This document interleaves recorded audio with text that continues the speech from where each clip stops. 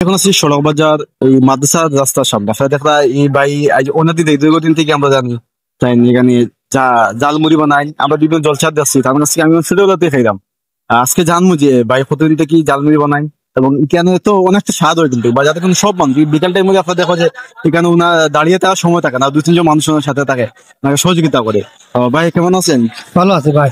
আপনার এইটা কেমন চলতেছে? এই না আল্লাহর মধ্যে ভালো আছে না। এটা কত বছর ধরে করতেছেন?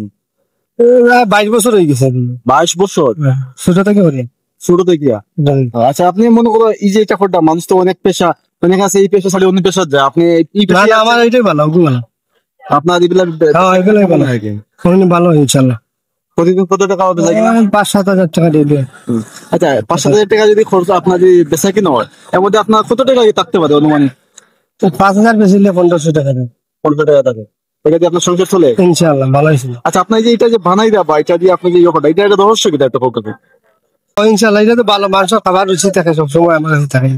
আছে আপনি কিতা কিতা দেন এটা বলুন? তো পেঁয়াজ আছে, টমেটো আছে, কাঁচা মরিচ, দুলা পাতা, এইসব সব চানাচুর, চানা সব কিছু।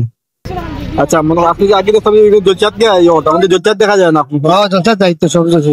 এটা যায়নি এখন তো জজ্জাত ভাইবা ঈদগাহ সব দিলে ভাইবা ইনশাআল্লাহ দেখবা, এটা বিরাট আকারে বড় দোকান।